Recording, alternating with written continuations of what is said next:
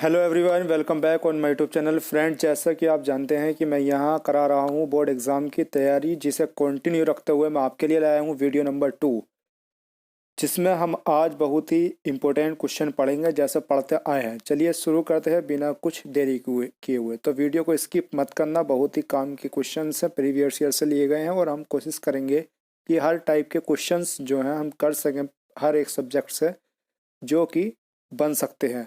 तो आइए स्टार्ट करते हैं बिना कुछ देरी किए हुए।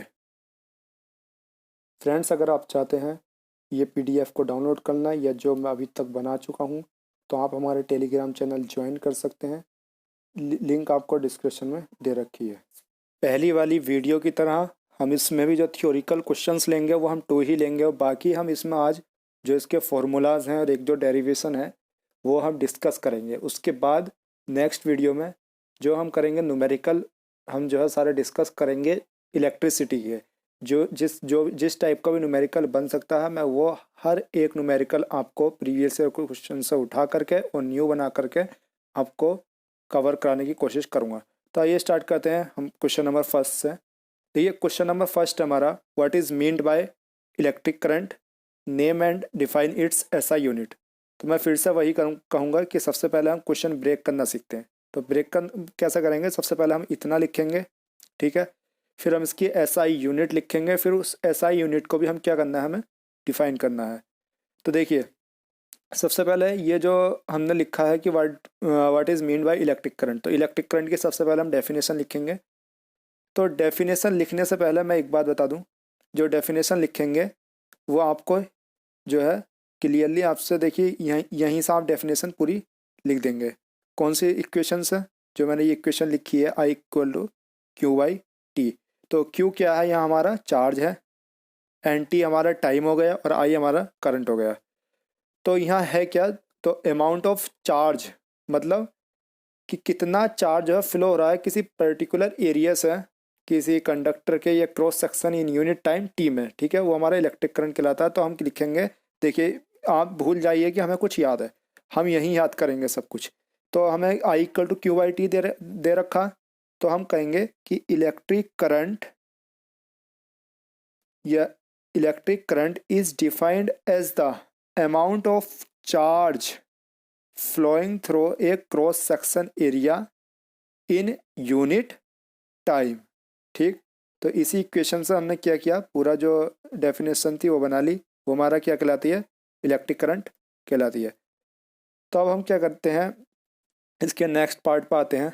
नेक्स्ट पार्ट हमारा पूछा है एसआई यूनिट क्या है, तो हमने बता दी the SI unit of electric current is ampere. अभी हमसे इसको डिफाइन करने को कहा है, तो हम 1 एम्पियर को डिफाइन करेंगे, 1 एम्पियर को डिफाइन करेंगे, ठीक है। यहाँ तो ध्यान से देखो, 1 एम्पियर हमारा करंट कब आएगा, 1 एम्पियर करंट हमारा कब आएगा, जब क्यू भी हमारा 1 होगा एंड टाइम भी कब होगा, 1 होगा। तो हमारा आई इक्वल टू कितना आएगा, 1 एम्पियर आएगा। तो हम 1 एम्पियर की डेफिनेशन क्यों ना यहीं से बना दें। कैसे बनाएंगे कि 1 ampere of current is that current which flow 1 coulomb, कितना, 1 कूलम्ब ऑफ इलेक्ट्रिक चार्ज, जो हमारा क्यों था, थ्रो ए पर्टिकुलर, कुछ कंडक्टर होगा, कुछ हम एरिया को हम वो कर रहे हैं, तो कुछ through a particular area of a conductor in unit time, in unit time. Unit time, unit का क्या मतलब होता है, 1 इन यूनिट टाइम, ठीक है। तो हमारा वो क्या कहलाता है, 1 एम्पियर की हमारी डेफिनेशन हो गई। तो हमने इसकी क्या करी, वो भी कर लिया, इसकी मतलब इलेक्ट्रिक करंट की डेफिनेशन भी पढ़ ली, इसकी एसआई यूनिट पढ़ ली, और एसआई यूनिट को भी हमने क्या किया, डिफाइन कर लिया। अब हमसे क्या पूछेगा, कहीं ना कहीं ऐसा भी आ सकता है कि खाली इलेक्ट्रिक करंट की डेफिनेशन आ जाए, या आपसे पूछ लेगा ऑब्जेक्टिव क्वेश्चन में एसआई यूनिट इसकी 1 एम्पियर, एम्पियर जो हमें बतानी होगी। फिर ये आ सकता है डिफाइन एम्पियर, 1 एम्पियर, तो आपको ये डेफिनेशन लिखनी है, 1 ampere of current is that current which flow when 1 coulomb of electric charge flowing through a particular area of the conductor in 1 second. देखिए, हमारा जो नेक्स्ट क्वेश्चन है, क्वेश्चन नंबर 2, वो है why is the series arrangement not use in for domestic circuits. जब हमारी domestic होती है, जो हमारे घर में वायरिंग होती है, वो हमेशा पैरेलल में होती है, तो हम उसको सीरीज में क्यों नहीं करते हैं। तो देखिए, ये समझिए, ये series arrangement is not use in domestic circuit due to following factors. कुछ फैक्टर्स हमारे जिसकी वजह से हम जो सीरीज कॉम्बिनेशन है वो हम अपने डोमेस्टिक वायरिंग या डोमेस्टिक सर्किट में वो हम उसे को यूज़ नहीं करते। क्यों, क्या वो फैक्टर्स हैं वो समझ लीजिए। मान लिया हम सीरीज कॉम्बिनेशन में यहाँ एक बल्ब लगा देते हैं, एक हमने फ्रीज लगा दिया, ये बल्ब हो गया हमारा, ये फ्रीज लगा दिया, ठीक है, एक फ़ैन लगा दिया, एक और बल्ब लगा दिया, ठीक। हमने सीरीज कॉम्बिनेशन या सीरीज अरेंजमेंट हमने कर दिया। लेकिन अगर हम चाह रहे हैं कि हम एक बल्ब जलाएं, जो हमारा फ्रीज नहीं चला या वो नहीं चला, या हमें ऐसी रिक्वायरमेंट पड़ सकती है कि हमें जो लाइट है वो बंद करनी पड़े और हमें फ्रीज नहीं चलाना पड़े, फ्रीज चलाना पड़े। लेकिन अगर हम सीरीज में कर देंगे, लेकिन अगर हम सीरीज में इनको कर देंगे तो ये एक ही स्विच से सब कंट्रोल होंगे। मतलब इनमें क्या होता है, सीरीज कॉम्बिनेशन में जो करंट होता है वो इक्वल फ्लो होता है। इतना आया समझ में। तो इसका फर्स्ट पॉइंट यही बनेगा कि all electrical appliances have only one switch due to which they can not be turn on and off separately. कि अगर हम सीरीज में कर देंगे तो उसे कंट्रोल करने वाला एक ही स्विच होगा, जिसके कारण जो है हम कोई किसी भी जो हमारा ये अप्लियंसेस हैं, इलेक्ट्रिकल अप्लियंसेस हैं, इनको टर्न ऑफ या ऑन नहीं कर सकते अलग अलग। लेकिन अगर हम इनको पैरेलल कॉम्बिनेशन हम क्या करते हैं, अगर हमें फ्रिज चलाना होगा तो हमारा फ्रिज चल जाता है, और जैसे ही हमें लाइट जलानी होती है तो लाइट जल जाती है। और बाकी क्या है, बाकी देखिए हमारा बी है, if one electrical appliance stops working due to some defect then all other appliances would stop working. हो सकता है कि देखिए हमारे सारे अप्लियंस जो है सीरीज अरेंजमेंट में है, ठीक। एक अप्लियंस जो हमारे कुछ इसमें डिफेक्ट हो गया, तो हो सकता है कि हमारे सारे जो अदर वो है इसमें करंट जीरो है, तो इसमें भी हमारा जीरो आए, इसमें भी जीरो आए, इसमें भी जीरो आ जाए। हो सकता है ये कि जो एक की वजह से और भी हमारा काम करना बंद कर दें। फिर तीसरा पॉइंट हमारा क्या बनता है, तीसरा पॉइंट बनता है all the appliances do not get the same voltage due to which all the appliance do not work properly. देखिए तीसरे में क्या कह रहा है, तीसरे में ये कह रहा है कि जैसे हमने ये जोड़े तीनों, मतलब फ्रीज बल्ब फैन उन हमने सीरीज कॉम्बिनेशन में लगा दिए, ठीक है। तो हमारा क्या होगा, यहाँ से V1 जा रहा वोल्टेज, क्योंकि हमारा सीरीज में क्या होता है वोल्टेज जो होते हैं वो डिफरेंट डिफरेंट जाते हैं, तो यहाँ V2 जाएगा, यहाँ V3 जाएगा। ये हमने सारे बल्ब ही लगा दिए, तो हो सकता है ये बल्ब में अच्छे वोल्टेज, सारे वोल्टेज इन दोनों में ही आ जाएं, इसमें जीरो जीरो आए, ये इसमें बहुत कम आए, तो इसमें वोल्टेज बहुत ज़्यादा हाई आएंगे, ठीक। तो ये तो बहुत अच्छे जलेंगे, लेकिन बाकी जो है ये हम कहेंगे यार इसमें तो लाइट ही कम आ रही है, तो ये सारी हमारे साथ प्रॉब्लम होंगी, अच्छे से वर्क नहीं कर पाएंगे बाकी के बल्ब। या ये इतने हाई वोल्टेज आ जाएं कि ये एकदम हीट हो, ये एकदम फट भी सकते हैं। तो आपको आई होप समझ में आ गया होगा। तो हमने क्या क्या पॉइंट पढ़े। सबसे पहले हम इसलिए नहीं करते हैं क्योंकि वो हमारे सब एक ही स्विच से कनेक्ट हो जाएंगे और उनको हम सेपरेटली जो है ऑन ऑफ नहीं कर सकते हैं। दूसरा ये है कि अगर कोई एक एप्लियंस हमारा डिफेक्ट होता है तो हो सकता है कि और भी काम करना बंद कर दें। तीसरा ये हो सकता है कि वोल्टेज जो है हमारे अलग सीरीज में अगर लगाएंगे तो सब में क्या कहेंगे डिफरेंट डिफरेंट जाएंगे, तो हमारा क्या हो सकता है सारे अप्लियंसेस जो हैं वो अच्छे से वर्क नहीं करें। तो इसलिए हम कह सकते हैं जो हम घर की वायरिंग करते हैं वो हम पैरेलल में करते हैं, ताकि हमारा वोल्टेज भी सेम रहे और हम जो है सेपरेटली उनको ऑन और ऑफ कर सकें। देखिए कुछ फार्मूलाज हैं, तो सबसे पहले हम यहाँ पहुँचते हैं, ये फार्मूलाज पढ़ते हैं। यहाँ देखिए हमारा दे रखा है V = IR, V = W/Q and V = Q/T। तो यहाँ हम देखेंगे फर्स्ट में, तो I हमारा करंट हो गया, R हमारा रेजिस्टेंस हो गया, W हमारा वर्क डन हो गया, Q हमारा चार्ज हो गया, Q हमारा चार्ज और T हमारा टाइम। यहाँ हम देखिए Q = IT भी लिख सकते हैं, बहुत ज़्यादा फेमस फार्मूला है। तो यहाँ हमारा है क्या, मैं क्यों क्यों समझाना चाह रहा हूँ ये अलग अलग लिख करके।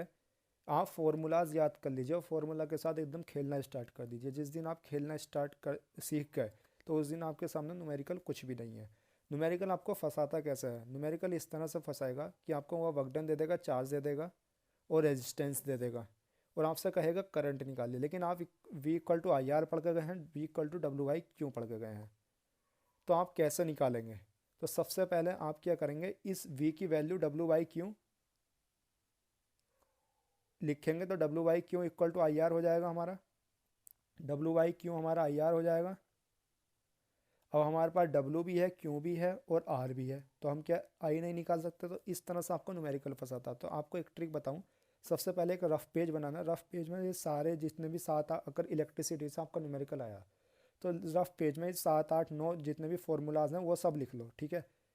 फिर साइड में एक रफ पेज पे ही वो लिख लो जो न्यूमेरिकल में गिवन है, क्या है, गिवन है, और जो निकालना है वो भी लिख लो। फिर कुछ गुणा भाग करके देखो यार कौन से फॉर्मूले में पढ़ के डाल के चीज़ें हमारी वो चीज़ जो दे रखी हैं और जो हमें निकालनी है बस वही आ रही हैं। अगर ऐसे कहीं ना कहीं आपका फॉर्मूला जो है वो सेट बैठ जाएगा और आपका न्यूमेरिकल सॉल्व हो जाएगा। बाकी आप फॉर्मूले देखेंगे तो आपके देखिए हीट के फॉर्मूले हैं I square R T, R हमारा रेजिस्टेंस है, टी हमारा टाइम है, H equal to V I T हो जाएगा, ठीक है। एंड क्योंकि अगर आपको वी आई में निकालना तो V equal to I R होता तो वहीं कुछ पुट करेंगे इसमें तो आपका वी आई टी आ जाएगा, इसी तरह से वी क्यू आ जाएगा आपका H equal to V Q. अब देखिए होता क्या है, आपको पावर का फॉर्मूला निकालने हैं। फिर अब पावर के फॉर्मूले निकालने हैं तो आपने ये पढ़ा H equal to I square R T, H equal to I square R T. अब हमने क्लास 9th में पढ़ा था जो वर्क डन होता है, पावर होता है हमारा, वो क्या होता है, हमारा एनर्जी अपॉन टाइम भी हम उसे कहते हैं, ये वर्क डन अपॉन टाइम, ठीक। तो हमारा यहाँ एनर्जी किस फॉर्म में है, हीट फॉर्म में है, तो हम टाइम को इधर ले आए तो एच बाई टी हो जाएगा और आई स्क्वायर आर टी हो जाए, आई स्क्वायर आर हो जाएगा। तो इसको हम क्या लिख सकते हैं, पी लिख सकते हैं। तो पी इज इक्वल टू हमारा कितना आ जाएगा, आई स्क्वायर आर आ जाएगा। फिर यहाँ से हम ये दो फॉर्मूला भी वैल्यू पुट कर V equal to I R से कुछ इसमें भी हम बना सकते हैं। तो इस तरह से आप अगर फॉर्मूले से खेलना सीख गए तो आपके लिए न्यूमेरिकल बहुत आसान हो जाएंगे। फिर इसके बाद नेक्स्ट चीज़ जो आती है, नेक्स्ट हमारा यहाँ से भी बहुत ज़्यादा फार्मूला बने हैं कि एक कंडक्टिंग वायर है जिसकी लेंथ जो है एल है, ठीक है, और रेजिस्टिविटी रो दे रखी है, उसका क्रॉस सेक्शन एरिया दे रखा है ए, कितना दे रखा है, ए दे रखा है। तो वहाँ यहाँ क्या पूछते हैं कि रेजिस्टेंस निकलवा लेता, एरिया दे रखा होगा, रेजिस्टिविटी दे रखी होगी, लेंथ दे रखी होगी, तो क्या निकलवा लेगा आपसे, रेजिस्टेंस निकलवा लेगा, या रेजिस्टिविटी निकलवा लेगा, रेजिस्टिविटी रो निकलवा लेगा, आर दे रखा होगा आपको, ए दे रखा होगा, लेंथ दे रखी होगी, तो रो इक्वल टू हम कह सकते हैं ए को आर के साथ मल्टीप्लाई करा देंगे तो ये हो जाएगा R A upon L equal to rho. तो आपको ये सारी वैल्यू दे रखी हैं, ठीक है। यहाँ आपके थ्योरिकल क्वेश्चन भी बना सकता है, थ्योरिकल क्वेश्चन कैसे बना सकता है कि किसी कंडक्टिंग वायर की, जो कोई कंडक्टिंग वायर है उसका रेजिस्टेंस या रेजिस्टेंस किस किस फैक्टर पर डिपेंड करेगा। तो आप कह सकते हो कि यहाँ जो है फॉलोइंग फैक्टर्स पर डिपेंड करेगा, किस किस पर करेगा, रो पर करेगा जो कि हमारी रेजिस्टिविटी है, लेंथ पर करेगा और एरिया पर करेगा। या आपको रेजिस्टिविटी के कौन कौन से फैक्टर पर अफेक्ट करेगी या लेंथ या एरिया, इस टाइप से आपसे पूछ लेगा तो आप फॉर्मूला के साथ खेलो और आंसर निकालो। इस टाइप के कुछ मॉडल आपके, इससे बहुत सारे क्वेश्चन बने हैं, थ्योरिकल भी बने हैं और वैसे भी बने हैं न्यूमेरिकल टाइप भी। तो आप इस चीज़ को बहुत अच्छे से आपको ध्यान रखना है, ठीक है। इसे नोट करते रहिए या स्क्रीनशॉट ले लीजिए। बाकी आपने सीरीज कॉम्बिनेशन और आपने पैरेलल कॉम्बिनेशन आपने पढ़ा होगा, बहुत इजी होता है। सबसे पहले सीरीज कॉम्बिनेशन है, तो सीरीज कॉम्बिनेशन मैं आपको यहाँ ये न्यूमेरिकल पूरा डेरिवेशन इसका करा देता हूँ क्योंकि कभी कभी डेरिवेशन भी पूछ लेता है। तो पहले हम सीरीज कॉम्बिनेशन का हम डेरिवेशन कर लेते हैं, फिर हम पैरेलल कॉम्बिनेशन में ओरली बता दूंगा। सीरीज कॉम्बिनेशन का हम सॉल्व कर लेते हैं।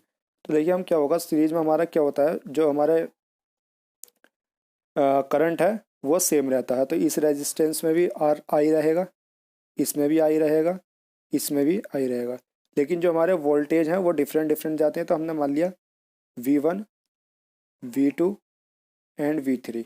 तो आप इस बात को लिख लीजिए, मैं बोल रहा हूँ, आप एक कॉपी लेकर बैठिए, पेंसिल लेकर बैठिए ज़रूर, क्योंकि बहुत ज़्यादा इंपॉर्टेंट है, आप यहीं वीडियो में सब कुछ सीख जाएंगे।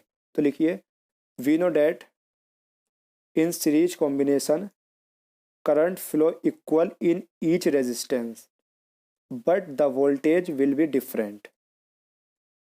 Let the voltage be V1 V2 V3 flow through resistance R1 R2 R3 respectively. तो अब यहाँ सुनिए, अकॉर्डिंग टू हम कह सकते हैं इसके, तो अगर ये V जा रहा है यहाँ से तो V इक्वल टू किसके इक्वल आएगा, V1 प्लस V2 प्लस के V3 के इक्वल आएगा, क्योंकि हमने मान लिया यहाँ से 5 वोल्टेज जा रहे हैं तो इसमें मान लिया 1 जा रहा है, या इसमें कुछ जाएगा 2.5 जा रहे हैं, ठीक है, और यहाँ से 1.5 जा रहा है, तो 5 किसके इक्वल होगा, 1 + 2.5 + 1.5 के इक्वल होगा, ठीक है। तो इसी तरह से हम कह सकते हैं, तो यहाँ जो v होगा वो हमारा v1 + v2 + v3 के इक्वल होगा। तो यही हम चीज़ यहाँ लिखेंगे। देखिए यह हमारा वोल्टेज जो आया था किसके इक्वल आएगा, v = v1 + v2 + v3। अब लिखिए according to Ohm's law v = IR होता, तो ये हमारा उस केस में क्या हो जाएगा, v IR हो जाएगा। तो I किसके इक्वल होगा, हमारा I R इक्विवेलेंट के इधर, क्योंकि यहाँ हम पूरे का ले रहे हैं, वोल्टेज पूरे का ले रहे हैं, तो पूरे वोल्टेज तो R इक्विवेलेंट में जा रहे हैं, और करंट हमारा सेम है, और यहाँ हमारा IR1 हो जाएगा। क्यों हो जाएगा, इसलिए हो जाएगा क्योंकि हमारा करंट जो है सभी रेजिस्टेंस में इक्वल है, लेकिन वोल्टेज हमारे डिफरेंट है। V1 किस में से जा रहे हैं, R1 में से जा रहे हैं, इसी तरह से ये IR2 हो जाएगा, और यहाँ हो जाएगा IR3, ठीक। अब यहाँ से हम क्या करेंगे, I कॉमन ले लेंगे यहाँ से, तो ये हो जाए, इधर हो जाएगा हमारा IR1 + R2 + R3। फिर हम क्या करेंगे, I से I कैंसिल कर देंगे, R इक्विवेलेंट = R1 + के R2 + के R3 आ जाएगा। इसी तरह से हम नेक्स्ट वाले में हम क्या करेंगे, नेक्स्ट वाले में हमारे वोल्टेज तो सेम रहते हैं, क्या रहते हैं, वोल्टेज हमारे इसमें भी V, जो इस V रहेगा, इसमें भी V रहेगा, और इसमें भी V रहेगा, लेकिन जो हमारा करंट है वो हमारा डिफरेंट जाएगा। मान लिया इसमें I1 है, इसमें I2 जाएगा, इसमें I3 जाएगा, ठीक है।